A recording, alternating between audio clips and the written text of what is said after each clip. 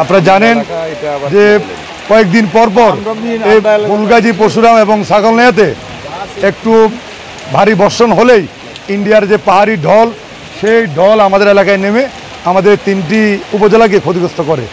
এটা দীর্ঘদিন যে অবৈধ সরকার, তারা আসলে জোরপূর্বক ক্ষমতায় বিনা ভোটের মাধ্যমে তারা ক্ষমতা দখল করতো, কিন্তু এই যে পানি আসার যে ব্যবস্থাটা বন্ধ করাটা, সেটা তারা কেউ করে নাই। তারা অবৈধ ক্ষমতা থেকেছে, অন্যায় অত্যাচার করেছে, লুটপাট করেছে, চাঁদাবাদী সন্ত্রাসী করেছে।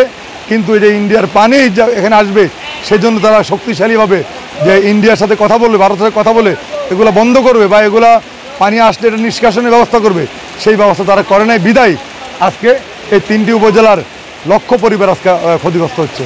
আমরা আশা করি বর্তমানে যে অন্তর্বর্তীকালীন সরকার আছে, তাদের নেতৃত্বে যাতে এই পানি আসা বন্ধ হয় এবং পানি আসলে যেন এটা দ্রুত নিষ্কাশনের ব্যবস্থা এবং শক্তিশালী বাঁধ নির্মাণ করে, সেজন্য আমরা আহ্বান জানাবো সকলকে।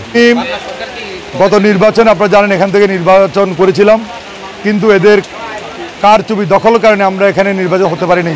ইনশাল্লাহ আমরা আপনাদেরকে কথা দিতে চাই, আগামীতে জনগণ আমাদেরকে নির্বাচিত করলে, আমাদের বিএনপির প্রার্থী নির্বাচিত হলে আমাদের সর্বপ্রথম কাজ হবে এই ফুলগাজী, পরশুরাম এবং ছাগলনাইয়াকে এই বন্যার হাত থেকে, এই মানে যে পাহাড়ি ঢলের হাত থেকে যাতে আমরা রক্ষা করতে পারি, সেজন্য সর্বপ্রথম আমরা এই কাজটি আমরা হাতে নেব ইনশাল্লাহ।